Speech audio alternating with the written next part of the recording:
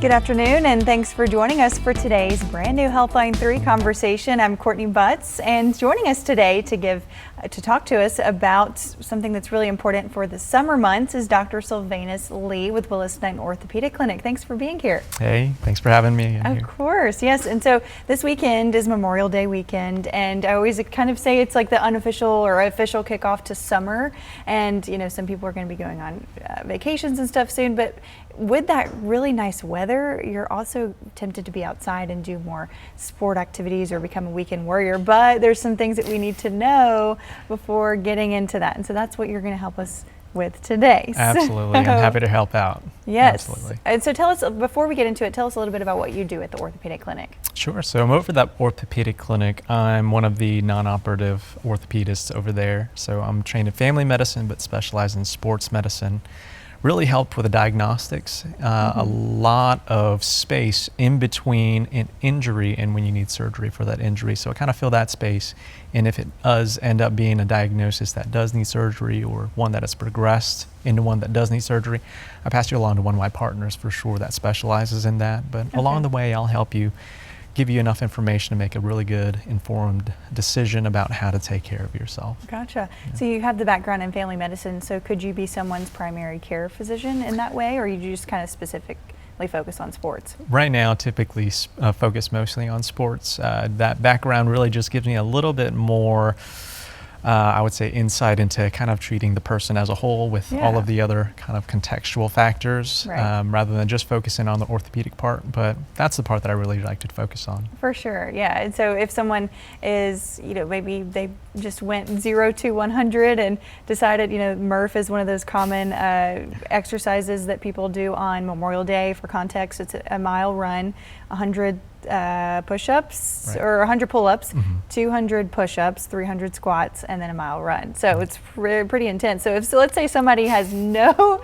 workout experience and then they go and do the Murph, you know, they're probably going to have some injuries. Right. Yeah, one of the mildest ones can be some of those sprains and some strains, but definitely if you jump to that fairly quickly outside in the heat, you could be dealing with quite a number of other issues as well. So definitely one of the more intense workout sandwiches I would describe that you probably should ease yourself into a little bit beforehand.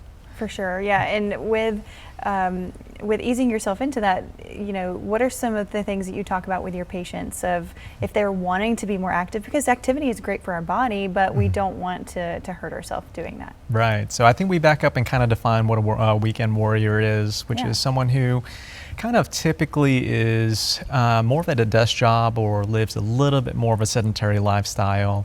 They're someone who focuses a lot more on taking care of their life and maybe has their health a little bit on the back burner. They've gotten some sudden inspiration or maybe some insight that, hey, maybe I ought to take care of a little bit of my health here and go forth and do that thing, whether that's go on a big workout or a big run, a long run, or start playing football, kind of reliving the glory days, that kind of thing.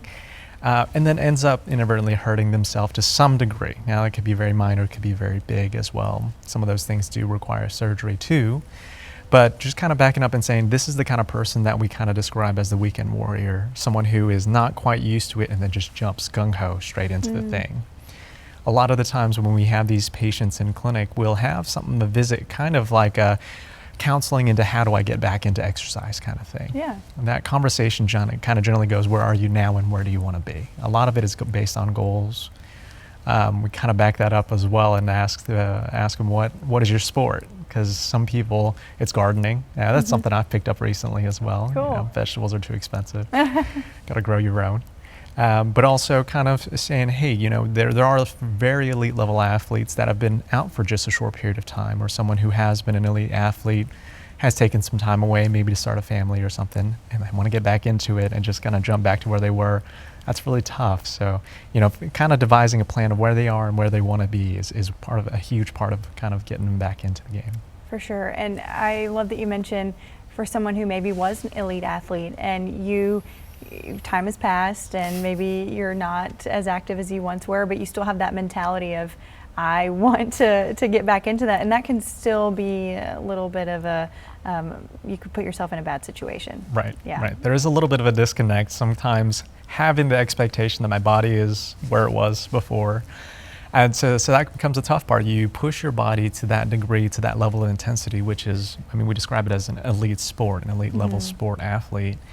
And some things can happen. And if some of that comes with age, some of that comes with just disuse and some muscles and some tendons not being as robust as they used to be. And you demand that much, and injuries are prone to happen for sure. Yeah, and so you are sports medicine, you specialize in sports medicine, and so what are those common injuries that you typically see in the adults that you see? Yeah, I think one of the big ones in explosive sports where you're dropping in a dime and going for a sprint or something like that, we'll see some ankle sprains and some ankle rolls for sure, but the more intense ones, explosive ones, we've seen pretty common, some of the Achilles tendon injuries in overhead, and throwing athletes will oftentimes see a rotator cuff injury as well, or a rotator cuff tear. And then contrary to very popular belief, not all of those injuries, rotator cuff injuries will require surgery intervention to kind of get you back. But and then the back as well. That's a very common one, especially if you're going out and lifting a ton of weights. We see that a lot more in the weightlifting, powerlifting community. Hey, I used to lift this much, I want to lift it again. Yeah. Kind of throwing out your back, and so those are very, very common ones that we'll see too. Okay, yeah, so you kind of all over the body, and so when you think about like the ankle or the Achilles tendon, are those just since they're a smaller network of muscles and bones, is that something that is a little bit more prone to being injured? I think it's a really good question. They're the ligaments that sit on the outside of the ankle. They're very prone to injury just because they're so small, with pretty big inversions and rolling of the ankle. The tough thing is that if you've ever rolled your ankle before in the past or in the recent past, and that ankle will not quite sit exactly where you want it to be. It won't land exactly quite where you want it to land. And so rehab's pretty important in that. We have a pretty good network of physical therapists that do help out a ton with this. Our athletic trainers as well help out a ton with this with our high school students too. Okay. And making sure that the foot just sits right so that it doesn't continue to roll over and over and become a recurrent injury as well. So these are things that in the past, maybe even an old injury might come back to haunt you as an adult too. Right, yes. And so, we talked about how age and maybe your lifestyle can impact the way that you maybe recover from some of these injuries, or if you're more prone to some of these injuries. But for someone that just says, I have a sedentary job, I sit most of the day, and it's really hard for me to leave my desk, or it's, I have all this mountain of work to do, but they want to be able to start small. What would you suggest for them if they have that sedentary job? Like, what's that first thing that you would recommend? Right. I think age is definitely a big factor in those injuries. You kind of back up and say, why? Why does aging kind of lead to some of these things? Yeah. And the truth of it is that just time alone and age alone decreases some of that elasticity in some of those tendons and ligaments, and especially where those muscles transition into tendon. It's a very susceptible place for tears and really bad injuries to happen. And that elasticity, which is kind of as much as something can pull and stretch before a snap happens, that elasticity generally decreases as you age. And so that's why we see that oftentimes in people who are a little bit older. But you can also train that. That's something that the more you use something, the more you gradually adapt to a demand of your body, then you can rebuild some of that elasticity or retain a lot of that elasticity. That's why you see a big range in flexibility and functional ability in any age group. The big thing there also is, you ought to, like we said, kind of start slow and go high with these things. So if you got a very sedentary job, remote working, tech working is very popular these days. And just desk jobs have been popular forever. So how do we stay active while doing those things? One of the big ones nowadays that's pretty common is just getting a standing desk, being able to stand instead of sitting. They always describe sitting as the new smoking, right? Yeah. So being able to just stand erect, and also really popular nowadays is walking treadmills that you can sneak under your desk. Yep. Some of them fold up, some of them unfold and pack down real nicely. Unfold that thing if there's just a period or a stretch of time that you can mundanely just kind of work and walk at the same time. You'd be surprised how much walking and how much distance that you can get in with just that amount of effort. It does take initiative, though. It's not Right. easy. You've got to go out and get the desk that either winds up by hand or you click a button and it rises up. The walking treadmills, they don't come cheaply. I think the cheapest one that you can get is probably right around $100 online. But that makes a big difference. And you're talking about your health, preventatively, actively, from a cardiovascular standpoint too. It's well worth the money. I have a standing desk and a walking pad, and I highly, highly recommend them. And check Facebook Marketplace, that's a good because I place got mine to- for $60 Oh, off that's Facebook amazing. Market. Yeah. Secondhand works great, probably. Oh yeah, it's great. Yeah. Yeah, and like you mentioned, it is a little bit of that investment, but when you invest up front, you're more likely to probably save money on medical bills later on in life as well. Agreed. And you think about it from, like, I'm just talking about it from a joint and muscle tendon sort of standpoint. You back it up, you start bringing in, and this is my family medicine kind of sprinkling in here, cardiovascular health, risks of diabetes, getting your glucose under control, chronic pain, people with fibromyalgia, just getting active, just moving makes such a big impact on all of those things. Right. And a lot of those things you can backtrack on. You can reverse some of these things and get just better overall health. Suddenly you're on less pills, suddenly you feel better, suddenly your pain is improving globally. These are big impacts that can be made by those investments. And it's not easy, though. You got to put down the commitment for it. One of my favorite quotes, you may have seen this, but it's basically the gist of it is choose your hard. So the hard can be, later on in life you have the aches and pains. It's hard to get out of bed. It's hard to, support yourself because maybe you have weak tendons or whatever. Or you kind of do these investments now, going to exercise. It's not easy, but it's something that will help make your life easier later in life. So Absolutely. you're choosing the hard that you're dealing with. Hugely. Yeah. And then specifically in women as well, as you start talking about later in life, osteoporosis becomes a big part of the conversation as well. You'd be surprised how much of that can change with just getting active and then being able to impact your bones and prevent things like fragility fractures and things like that as well. So those are scary things that you feel about your mother or your grandmother and just scary things that'll happen and things that are not entirely preventable, but things that can be treated earlier in life and can really prevent, the downside stream effects of it. Right. Well, if you're just joining us and you have a question for Dr. Ly, you can give us a call. That number is right there on your screen. That's 318-219-4569, and we will ask that question right here on air. So if you have a specific question maybe about becoming a weekend warrior, if you have a specific injury that you want to talk about, you can give us a call. That number is right there on your screen. So, speaking of exercise, a lot of times we're also talking about nutrition, and that's important as well. So what is an appropriate, in your opinion, a protein intake? And people talk about this all the time, and that's like a big hot topic. How much protein should I get? So what would your recommendation be? I was surprised when I looked up the statistic because it's very rare that someone is truly malnourished in protein. They actually have a malnourishment. I think it's less than 3% of the United States citizens will have some kind of malnourishment in protein. But there is a relative protein deficiency. You can have up to 40% of the United States, people in the United States will actually have a protein deficiency. And that is per their physical demands, per recovery from an injury, per just being an active sort of person. And that demand or that intake seems to decrease as people age and they have less of an appetite. So that frequency of deficiency actually increases the older you get as well. So the protein intake, it's extremely variable. It depends on what you do. So say someone who is very, very active in bodybuilding, huge muscles, that kind of thing, they actually require an insane amount of protein. And it's almost to maintain that or even to grow from there. They're just demanding so much of their body to grow and recover that they're getting close to somewhere around a gram of protein for body weight and in pounds. And that's an insane amount of protein. Some of these guys are 200 plus pounds, jacked guys, and they're eating 200 plus grams of protein in a day. That's an abundance of protein. In a general standpoint, I would say anywhere from half a gram to 0.7 grams for a general active person maybe you're kind of sneaking into sports, maybe you're rehabbing from this or that, or maybe you want to start being a little bit more active and not have protein and recovery be a limiting factor for you. Anywhere from 0.5 to 0.7 grams per body weight in pounds seems to be a pretty good range.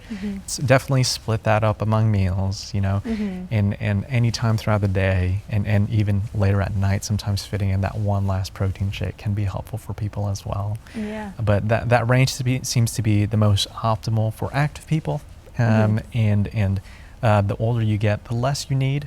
But also the more you probably should take compared to what your appetite is. Right. Yeah. And protein also makes you feel really full too. Right. So if you're, wanting to lose weight or find that weight maintenance, it makes you feel really full and satisfied. That Absolutely. helps. Yeah, for sure. And it's a very essential part of your diet. I think a lot of people will look into the various types of proteins as well. I think that really just depends on how sensitive your stomach is to the certain components of the protein, and trying to just see which one your body tolerates well. Some people like the vegan ones. Some people will tolerate this. You're talking about the powders. The protein powders. And some people like the wheys and things like that. Those are probably the cheapest ones on the market. Does give some people some upset stomach though. So whichever one your body tolerates well. Cool, great. Yeah, so that's a great place to start, and maybe can help prevent injuries as well if you have that proper diet, if you're eating good nutritious foods. There's definitely a couple of things that I think come into play when it comes to injury prevention, and not just from the slowly getting into it part. The nutrition is a huge part of it. The sleep and the hydration is also a large part of it. The elasticity, a lot of that has to do with the hydration as well. You'd be surprised how much little sleep and stress can play into injuries too. You just have a propensity to have injuries when you're not sleeping well, and that does drive up your stress as well, and that does lead to injuries too. So getting those well controlled, which can be a little bit of a positive cycle. If you exercise more, your stress gets better. And so getting that cycle, that positive cycle, and that itself will prevent injuries too. Right, and I think when you're engaging in the exercise, you got the proper diet, it really has that positive feedback loop too, to where it can bleed into other areas, your sleep and your hydration and all that, and like maybe even positive mental health as well. Right, yeah, it's a huge part of it, and a lot of people say the best therapy I ever got was going on a walk. Yeah. Right, so, and they'll even backtrack it and say, best therapy I ever had was putting on a pair of shoes, because they'll go on a walk or something like that. Right. Just get outside. Vitamin D is good for you as well. Great. So. Well, cool. So what are some of those things that can be done to prevent those injuries from happening in the first place? Yes. So always, I recommend, if you're going to be getting into an active activity of any kind, I recommend a warm up. The general type of warm-up we recommend is called dynamic stretching, which is getting your joint moving, getting that muscle moving, just moving it dynamically through the range of motion. Dynamic exercise or dynamic warm-ups, dynamic stretches are ones that will kind of mimic the motion that you will be trying to get into. So if you're playing a sport, maybe a light jog, just getting your body warmed up, as people say. Getting your knees and your hips through a good range of motion, repeating that motion over and over. A long, time before, we've always been told, stretch before you work out. We, traditionally what we call that is static stretching. You kind of just hold a spot for 15, 20 seconds. That feels good. Actually, science has proven that decreases your performance, and actually could, if you're just doing that from the get-go, could lead to increased amount of injuries. So just get your body through the ranges of motion that you're expecting to go through in the activity that you're going to do. A very gentle press if you're going to be working out, a good walk or a light jog before a run or a sprint. Those sort of things really warm up your body beforehand, take it through the range of motion, and that can prevent some injuries just from that alone. Yeah, no, that's a good advice, instead of the static, dynamic. But static has a place, maybe. When would you suggest that? Yeah, in recovery. It's a good idea during recovery. If you have an off day and you're like, I'm feeling tired, I just need a little relief from this and that. On active recovery days and rest days, or even after your workout, that's a good time to get that in. It really seems to kind of loosen up those places that tightened up a little bit after your workout. So maybe even get a little bit better sleep that night after the stretch too. Yeah, for sure. And so it's the dynamic stretching before you work out, the static after your workout can help prevent those injuries from happening in the first place. For sure, Yeah. for sure, big part of it. Great. Okay. And then, of course, listening to your body when you are in that workout, when you're increasing the weight and all that good stuff. It's like, well, you don't want to, overdo it and strain your muscle. So, what is, I guess, the difference between straining a muscle, or like injury or tearing a muscle, or injuring it in that way? So when I think of a sprain, I think of a joint or a ligament, right? That's really what's being injured. That's around a joint is usually when I think of a sprain. When I think of a strain, that's usually at a tendon or a muscle, right? And all that really is just microscopic tearing that you can't see. You can grade that on certain different levels. It's just how much more can I see it and how bad is it? How much is it getting in my way? And so when I think of those, and you think of it as a tear, you have to say, oh, how do I recover from a tear? My body's got to set down some scar tissue. Maybe I've got to heal that down and make it a really nice functional tissue again. And the best way to do that is, again, that tissue is made up of muscle fibers or tendon, and that is made up of amino acids, which are made out of protein. So having the proper amount of protein after an injury, after sprains and strains, very helpful in getting you back sooner rather than later. Having that deficiency in protein, or having that as your limiting factor, can really actually stretch out an injury longer than it should last as well. So when I think of these things on a grand perspective, the worse the tear is, generally the longer it takes to heal. Or the worse the strain is, the longer it takes to heal. You can have it so bad that it's on a big scale. Those giant ruptures that you'll hear about a lot of the time. Those hurt. I mean, all of these hurt for sure. But those sprains that happen around a joint, those seem to linger just so much longer. Yeah, interesting. But is it, correct me if I'm wrong, when you, like, let's say you go into the gym and you get some dumbbells and you do a bunch of bicep curls and you're, trying to build that muscle or whatever, there is some degree of micro tears then, right? Correct. But that's what you want when you're trying to build muscle. Right. If Yeah, exactly. Yeah. So there's an amazing response that the body has to what we put on it, what strain we put on it. The body has an incredible way of adapting to what our demands are, so that it seems that consistent demand of our body, that consistent exercise, or that consistent demand that we have of our body seems to drive our ability to regenerate in a stronger sort of way. So lifting makes the muscles bigger, but that leads to initially some tearing of those muscles. And that recovery process happens very quickly since it's on a microscopic level.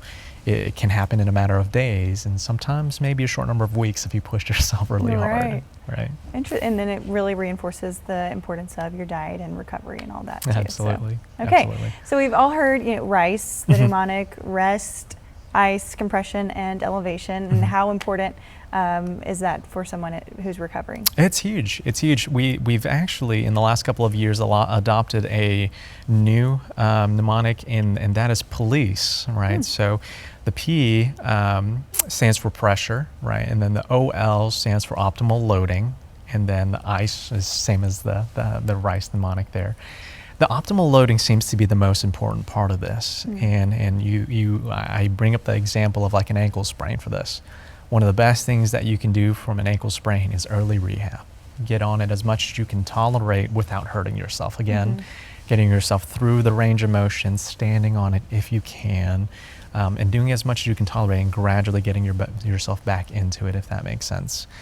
The worst thing you can do for an ankle is just brace it down, immobilize it, not use it for a long time, and it just gets so stiff and painful that when you get started, you're so far behind, And so that optimal loading, I think of it kind of like traffic lights. You have this green light of I can do this, I can do it all day. You have this yellow light of I'm somewhat uncomfortable here. I don't know if I like this very much. And you've definitely got this red light of ouch, that hurt. I hurt myself so bad. This is very sharp and painful. And I'm kind of regretting it now and later. So we try our best to stay away from that red light of just the sharp pain that our body's trying to communicate to us, I'm doing too much. Yeah. Find that yellow range of, hey, I'm a little bit uncomfortable, but I might be okay with this. And that yellow light really, kind of progresses itself into where that red light used to be. And that's where rehab happens. That's where recovery happens. As that yellow light takes over, that green light will follow. And then suddenly you're back to where you used to be. Great, and that's something that the orthopedic clinic also has that with physical therapy as well. Absolutely, yeah. We've got physical therapists, occupational therapists, and they're really good over there. We send people to them all the time, and I always say this, that a good physical or occupational therapist makes the doctor look good. Yeah. So you mentioned, for ankles specifically, wearing a brace may not be the best or to get you to that rehab phase, Right. but when would that brace maybe be indicated? Yeah, so immediately afterwards, you're in pain. It hurts, it's swollen, it's painful. Putting weight on it, it's kind of rough, and maybe taking some steps or things like that hurts a lot. I think braces help a lot in those situations where you're like, I just don't quite feel comfortable on doing things, but I got to do this thing, like walking or getting to your job or whatever that is. Rehab's going to get you to where you want to be, ideally. But those first couple of weeks when it really hurts, those braces can be useful. And I always think of braces as like a supplement. Like you're supplementing your own body's internal ability to hold your ankle steady.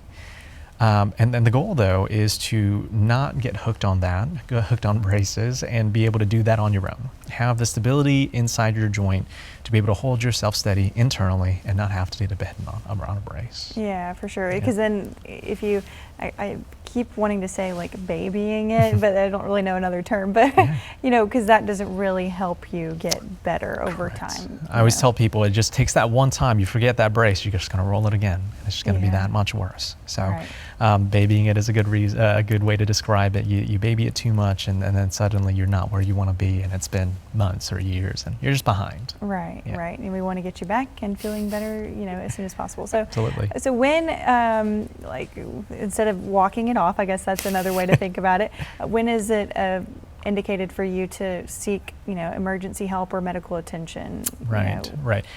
This is a really big part of our athletic trainers for our schools. They do a lot of these evaluations for us for these high school kids. So that's one of the biggest benefits there, is that they're just there to help us out and get a good evaluation and triage them in and see if this is the one I'm worried about, this is not the one I'm worried about. On a general person, I would say that's not in a high school, doesn't have an athletic trainer, I'd say if it interferes with your ability to walk, if it's in your lower body and it interferes your ability to walk or even put weight on it, and it's lasting longer than one. For me, I'm an impatient guy. That's a day or two most. Right. I try to get someone to see it and make sure that I didn't break something or really twist something pretty bad. The alternative to that is if suddenly that thing that happened made you kind of revolve your life around that. For example, if you went out and threw a ball really hard all the way across the field or something, you felt a pop in your shoulder and you're right hand dominant, and suddenly you're doing everything left handed and you've got this arm tucked in. You probably should get it checked out because you're still right hand dominant at the end of the day, and you want to be able to use that arm to its full capacity. And sometimes that takes a little bit closer looking into instead of just kind of letting it sit. Some of these injuries, and I'll bring up that shoulder and that rotator cuff as an example, you don't want it to sit so long because if it's a tear, sometimes they can retract. And that makes rehabbing it tougher and tougher. So, and things just feel tighter in there and more stiff all the time. Pain does get worse too. So you want to maintain what you have, and sometimes just a couple of days afterwards, if you know something internally, get that kind of gut feeling, something's off here. For sure. Kind of revolving my life around this right now. I'd get it checked out. We'll definitely, get people in soon at the orthopedic clinic. Okay, we have about 90 seconds left, and I think I just heard your foot pop. So when should you worry if you're hearing all these popping noises in your knees and your arms and elbows and all that? Like, when is that something to be worried about? Painless popping, no. It's actually very common. They'll have named syndromes, hip snapping syndrome, for example. And old injuries will snap, crackle, and pop. They get the Rice Krispies, but not always painful. If it's not painful, you don't necessarily have to seek too much advice from it. Okay. If it is clicking and clunking so much that it feels violent or vibrates through your body or is becoming more painful or even swelling, I definitely would. Okay, yeah, good advice. And I know that's something that most or a lot of people would have questions about for sure. I do. So, okay, great. We have a couple minutes left, so tell us where we can find you if someone's interested in getting in contact with you. Yeah, so we're over at the orthopedic clinic off on Uri. We're at 7925 Uri Drive, second floor, Suite 200. And you could definitely call in and try to see if your insurance gets covered, and we can see you. I get people in within the same week, ideally. So we're at 318-212-3610. Okay, pretty easy. And you're accepting patients right now? Absolutely. And I love that you mentioned earlier you do that counseling session at the beginning, so you can just establish that care up For front. sure. Yeah, if you have any questions at all getting started with exercise or even how to get started, we're happy to see you. All right. Thanks, Dr. Lee, and thanks for joining us. This will be on our website, ktbs.com/podcast.